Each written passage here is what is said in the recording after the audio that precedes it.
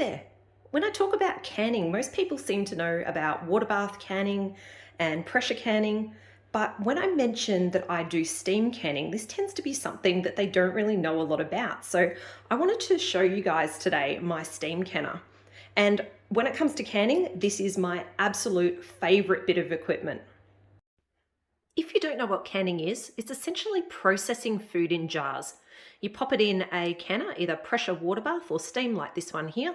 It raises the temperature, which kills off all the baddies, and it also creates a seal on the jar. Now, there is a little bit more to it than that, but if you do want to learn more about canning, check out my other videos, and there's also some great resources online. A lot of the good safe canning information you'll find actually comes out of the US, so have a look at sites like the USDA website, and they'll give you a good overview of the different types of canning and why safety is important. So I got my steam canner in 2019, and that was pretty soon after they kind of declared in the US after a bit of testing that this was a safe canning method. At that point, I ordered one of these off of Amazon and had it shipped to Australia, and it was a really straightforward exercise of getting one. And there are some Australian suppliers of these now as well, but if you can't find one, Amazon is a really easy way to get it.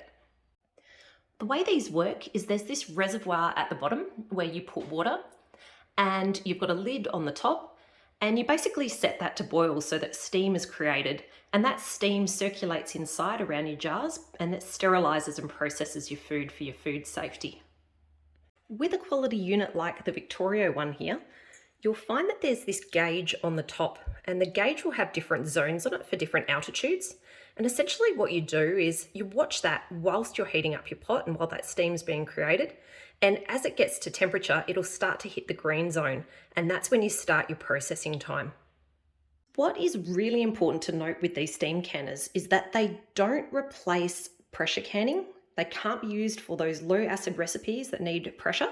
This one here is something that will replace your water bath canner, so it can be used for any high acid foods. The other thing is you do need to keep in mind your processing time as well, because these steam canners can boil dry, and because of that, they can only be used for water bath recipes that are 45 minutes or less processing time. So given that restriction, you might be wondering, why would you use one of these steam canners over a water bath? And there's a couple of really good reasons. One is that this is so quick and easy and simple to set up. I can pull this out and get a small batch of up to 8 pints going at any time. And it's just really quick and easy as compared to filling up the big pots to get a water bath recipe going. Now, the other thing is it's pretty light. So this here is aluminium.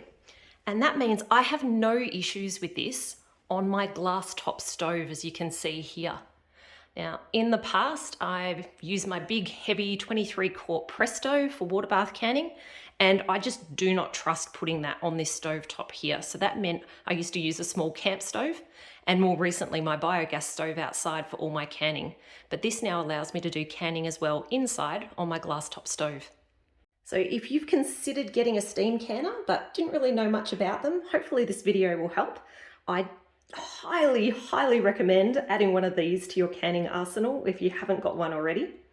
And if you want to know how to actually use this, stay tuned, because I'm just about to release another video on some strawberry ice cream and yogurt topping. Hopefully you enjoyed this overview of the Victoria steam canner, and hopefully I inspire you to get into a bit of steam canning yourself.